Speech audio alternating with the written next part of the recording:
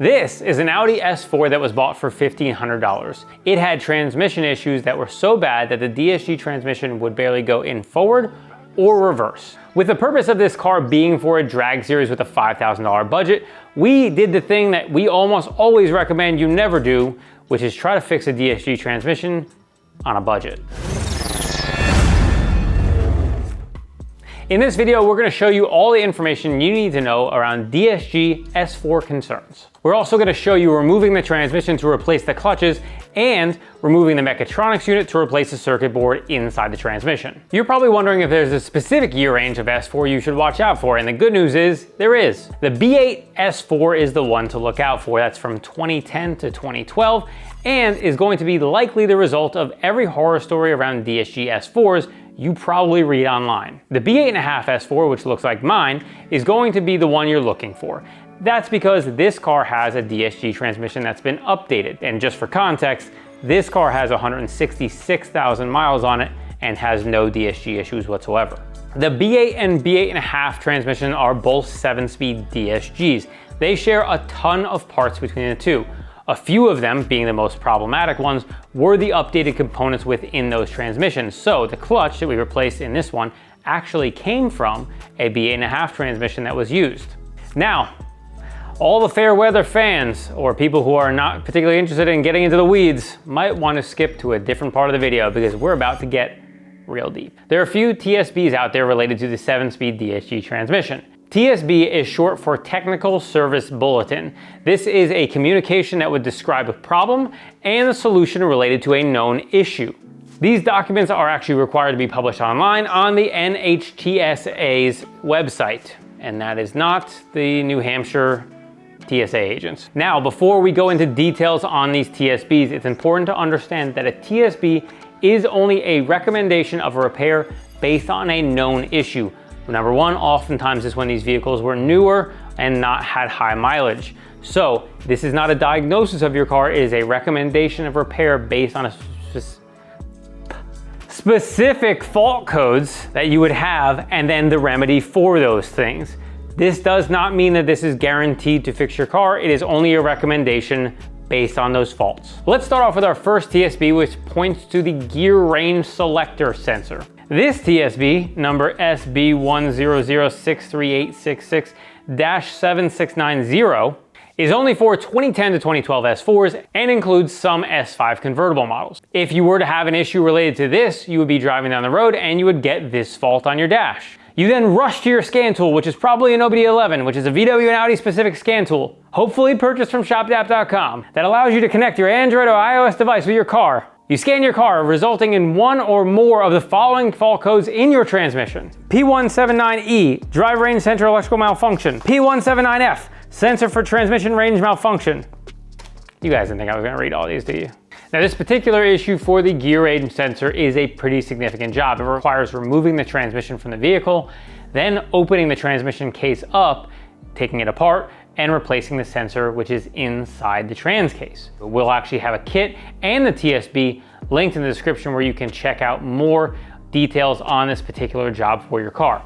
But also know, it's a pretty big deal. The issue I was most familiar with was TSB number SB-10054213-2278. And I know this one as the printed circuit TSB. In this circumstance, you're driving your 2010 to 2013 S4, S5, 2013 RS5, S6 or S7 model, and you get that same message, gearbox malfunction, you can continue driving. You yet again grab your trusty OBDeleven scan tool that you purchased, probably hopefully from shopdapp.com. The faults you find are these ones.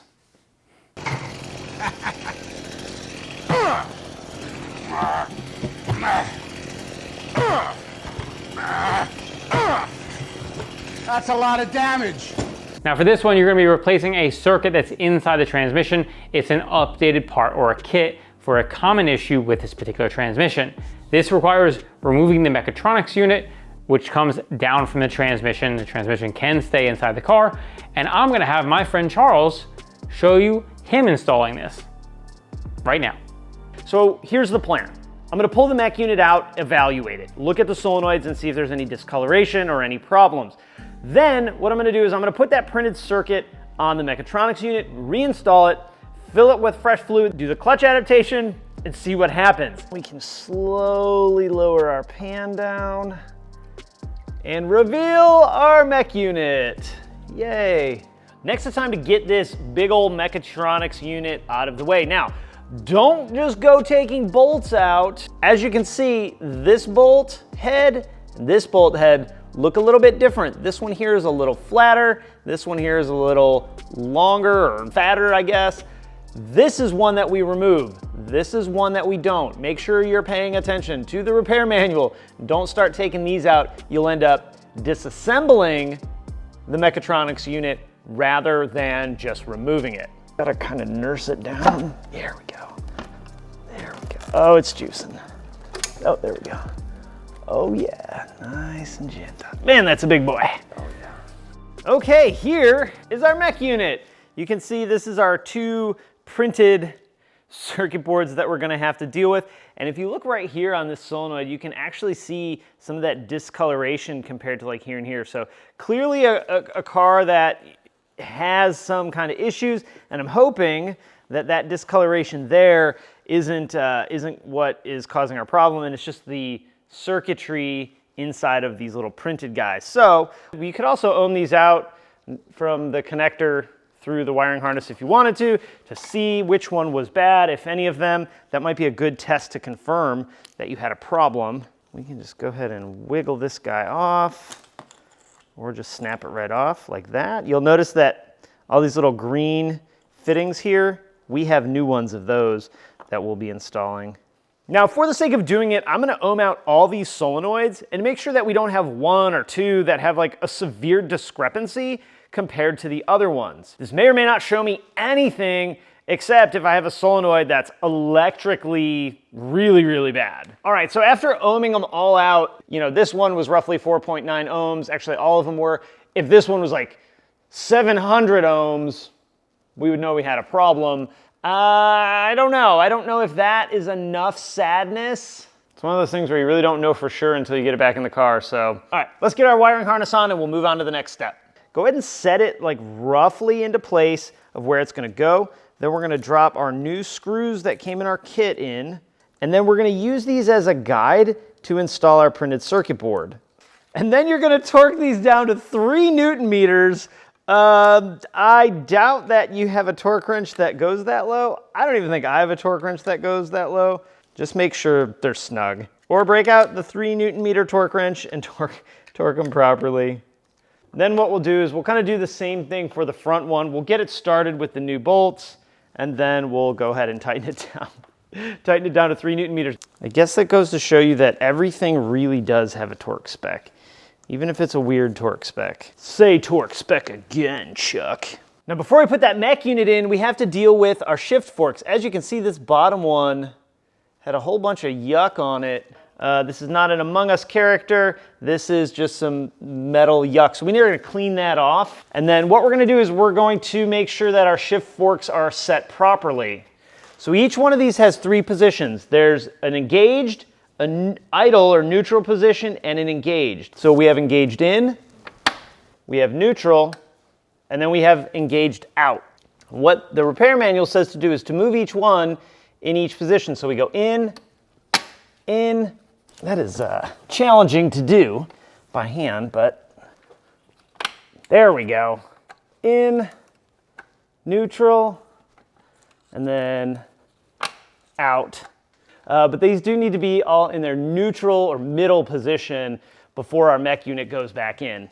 Okay, once you move all of those arms and make sure they're in their center position, we need to set the adjustment for our gear selector yokes. The measurement of these is dependent on the production date of this unit, so you need to make sure you're following the repair manual. We have an early revision, so what we're measuring is the distance between here and here, and we're looking for a measurement of 28 millimeters. And then we'll just push that in, 28 millimeters. We also want to make sure that this is clocked properly. So you need to make sure they're straight, they're up and down like this. And we'll do that for each one of our yokes, which is cool.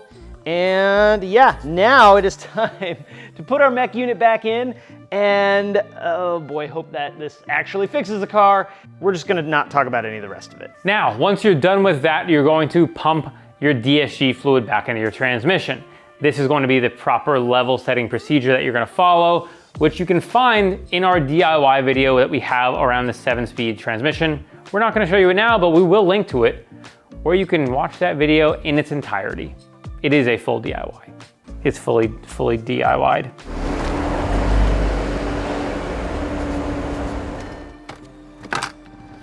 Well, looks like the transmission's coming out. Dang. Balls. Now let's talk about the clutch pack on a DSG transmission. DSG transmissions have 2 shafts inside of them. That is the reason why they call them a dual clutch transmission. The clutches, there are 2 of them, are all built into the clutch assembly. So what you have is 2 different shafts. They are selected by each clutch, which is why they shift so fast. So you have an inner clutch and an outer clutch, and an inner shaft and an outer shaft. So as you're going from first gear, then one clutch is engaged, then you shift to second, the other clutch engages, and the first one lets go. Fun fact, the dual clutch transmission was invented as a direct response to the very important automotive film which identified the issue of granny shifting, not double clutching like you should. That's not true at all. Now the issue that S4 that was purchased for $1,500 had was shifting or slipping of that clutch itself. Ooh. Okay. The circuit board being allowed to slip for an excessive period of time created overheating and actually killed the clutch on that car. So what you're about to witness is us removing the transmission and then the clutch and inspecting it while we disassemble the clutch assembly that's burnt. You're probably thinking we are going to take this transmission and put it in this car, but you would be wrong because we are If not. you tallied up all the bad choices that we've made, this would be bad choice 8,972. This is a bad choice, yes. So I already replaced that wiring harness with the hopes that that would take care of all of our issues. However, it didn't, and the car drives a little bit better, but it's still very, very sad. So our theory on what happened is this car developed mechatronic unit issues, probably just needing the harness. And that puts the car into limp mode, which limits the gears that you can actually actuate in the transmission. And then it was driven for an extended period of time with a slipping, sad transmission, which burned out the clutch packs. Now, Paul, why can't we just take this transmission and put it in this car? Well, it's funny you ask that. This is a transmission from a B8.5 S4. Number one, it's missing a differential because we bought it from somebody who had to take the differential out to use it for something else. Number two, this mech unit inside of here is only for B8.5 cars. This is not going to be correct for this car. They also are component protected, which means that the dealership or someone with dealership capabilities has to essentially program the VIN of the car to the transmission, similar to how keys are programmed. We are going to try and hodgepodge 2 transmissions together to make a beautiful working transmission, hopefully. Now the clutch of a DSG transmission is inside here. This isn't the clutch itself, this is just a plate. So we have to actually remove all this, pull the clutch out the front, and then swap it after we take the other transmission out. So we are gonna get to work on that. God, these are heavy. So yeah, we're Charles and our tag team in the transmission removal. Whoop, there it is. Also, let me just take a moment to complain, like, really? Why not put the nuts on the bottom side? Ah, dude, it's the worst. It's typical Volkswagen Audi nonsense. Yeah, it's like, oh, you have studs? Put them up. Yeah, that's the way it goes. Engineers, they've never worked on any of the cars in real life, so they don't realize, like, oh, when you look front of the car, oh, the nuts are on the opposite side? Yeah, makes sense. They'd be a piece of cake to take off, except for they're not. Ow! I didn't realize that was so flexible. We're just basically gonna drop the car back down on top of this. If you were trying to do this in your driveway at home, good luck. There we go. Yeah, that's it. Oh, we're separated. Okay. Okay, go ahead, keep going. Down. And Bro, I think we're clear. This side's good to go. I think you're clear. I think we are clear as clear can be. Yeah. Bro! I'm feeling real good about that, ND. This would be an opportune time to replace timing chain adjusters. But since we have no idea if this car is even going to be able to drive after we're done with this, That's a dumb choice. that would be stupid to do. We're not doing it while we're in there because we're not while we're in there. we don't even know if while we're here this thing's gonna run. While we're in here. Yeah, we're hopeful. We're optimistic. Optimistic. So let's go. Replace that clutch. As you can see, this is a very large hole. Oh, Look at that. Yeah, boy. That came right out. Ooh, it's kind of yucky. No, he's gonna pry it while I pull. We're gonna wiggle and jiggle. Ooh. Just try not to get my arm too much. Yeah. Oh, he got it. Yahtzee. All right. So in the video, it looks like it just takes us a few seconds to get that whole DSG clutch pack unit out of the transmission. There is a special tool that we don't have that, obviously. I don't know, we probably spent 30 minutes, like wiggle, maybe not quite 30 minutes, but we spent a good amount of time trying to get that damn thing out. There's a lot of prying and tugging going on there. Little pry, little tug, definitely not safe. He almost ripped my arm open with a pick. At least 3 times. You saw that happen right there, just merely moments ago. Oh, he got it. Yahtzee. All right. You don't need any special tools. Go ahead and, Perseverance. Stubbornness, stupidity. A little further. Nice. Not a drop. Not a single drop. Let's see. Man, whoever did that harness did such a good job. Oh, it stinks. It does smell really bad. Ooh, Oh, wow. snap. Yep. Discoloration. Oh my gosh, look at how hot that got. Oh god. Wow. That's it. That's how long it's been slipping for. Yep. Bro. Oh my gosh. Holy cow. awesome. There's even like bluing. Dude, all of them in the are friction. burned up. Look at that. Wow. Oh, they look like they're getting worse. Yeah, it does. This is cool. Like, I've never seen one of these so overall sad. Oh man, that's great. Finding those burnt clutches was probably one of my favorite moments. Like, what an amazingly satisfying moment. We don't know that this cheap S4 is going to drive yet. But Charles is in a good mood now. So. He is in a good mood because he's pretty confident. So He's got a long way to fall when he starts it up and it runs like if it doesn't work, he's gonna spin around like the Tasmanian devil. Yeah. Just tear apart everything. I will be. All right, so Paul's gonna struggle with that. Hang tight on that, tough guy. I call him tough guy for some reason. We're gonna be driving this thing, and getting lunch before you know it. When he says lunch, he means like a very late dinner. Or you can eat tomorrow.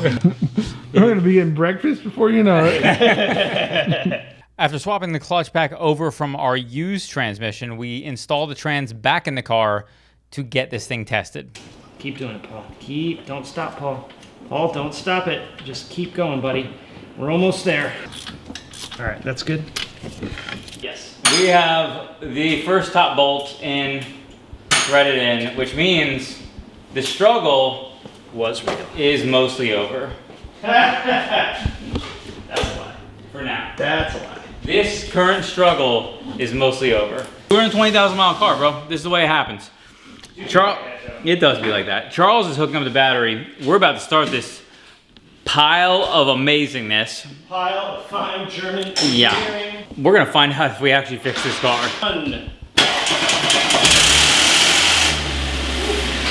That's that old chain tensioner. Fun fact, it still does that. It's going to until you replace the hand tensors. Yeah. For a mere $4,000, I could get the dealership to do it. Yeah. You're not supposed to install an automatic. A DSG. Actually, we're gonna try to drive first. Good. Not good. Not good. An automatic transmission, when you put it into gear, doesn't matter what gear it is, under no circumstance is supposed to stall out. And that car did it immediately. Yeah, And it did many it times. probably 5 or more times. I was worried we were gonna have to push it out of the shop to try get to it, drive it. to drive it, yeah. So only in reverse, it would completely stall the engine.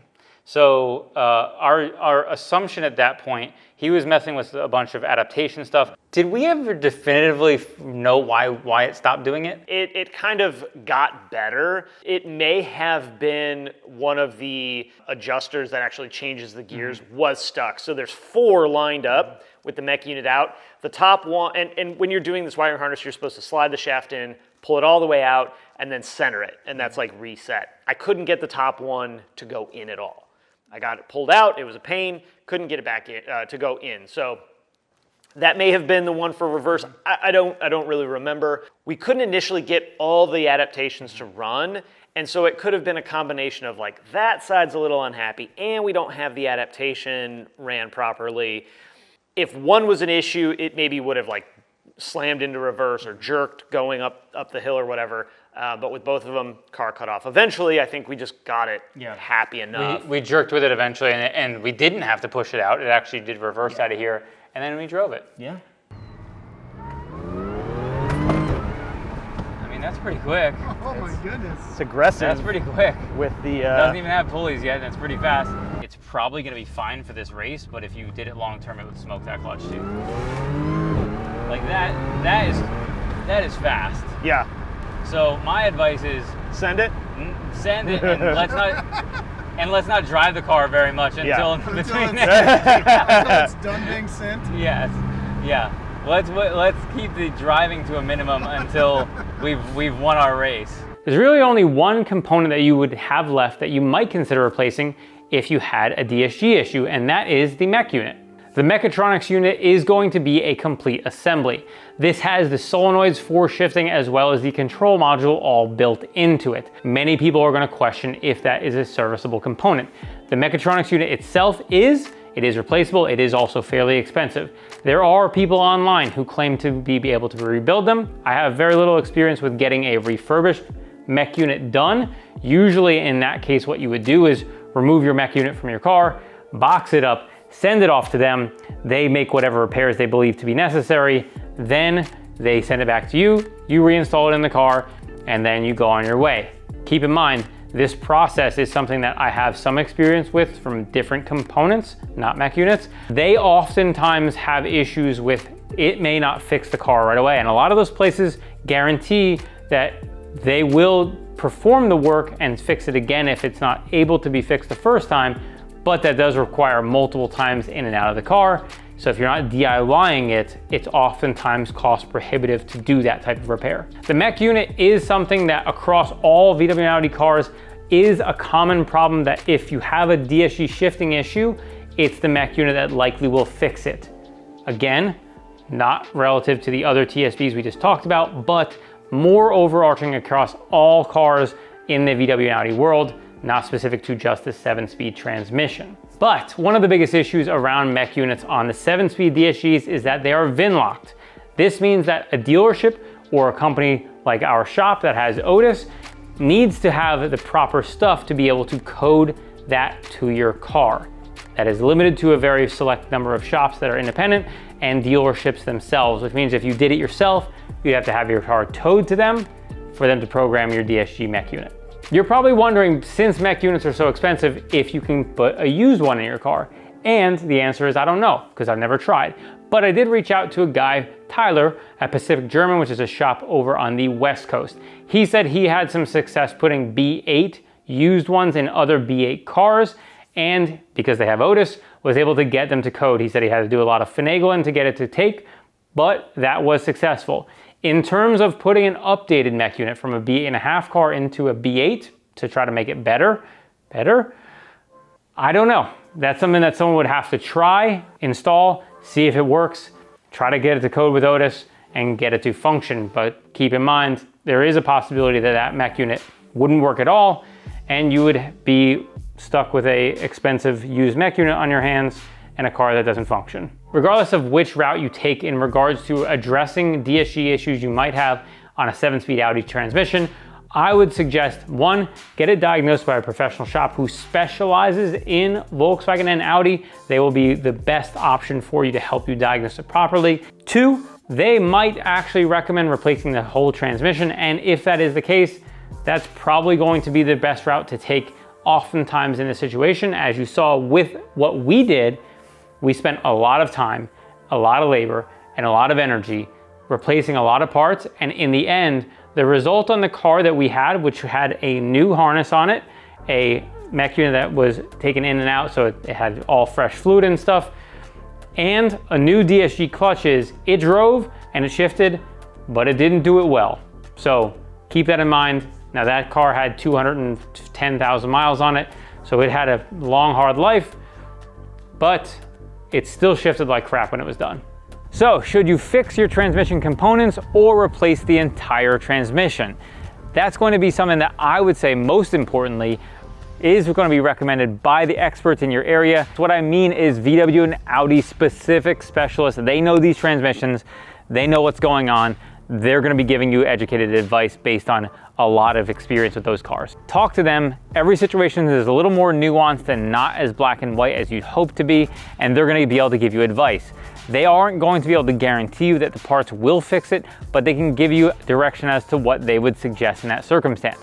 In a transmission like the one that we fixed in that car that had a crazy high mileage and had been let go for a long time, we would have never recommended fixing a transmission like that because those components, while they may be bad, could have resulted in other things, i.e. the clutch that we had to replace, and then probably now that transmission needs a mech unit. So there you have it. I mean, and from like our standpoint, it's way better than it was because you can actually accelerate, which we could never do before. So stepping through the problems is just part of this. This is why shops put a box in it. Right. Because you solve all the problems. So if you want to DIY it, yeah, it wasn't bad. it wasn't the worst. Yeah, I've done worse jobs. But It's better than a heater core. better than a heater core.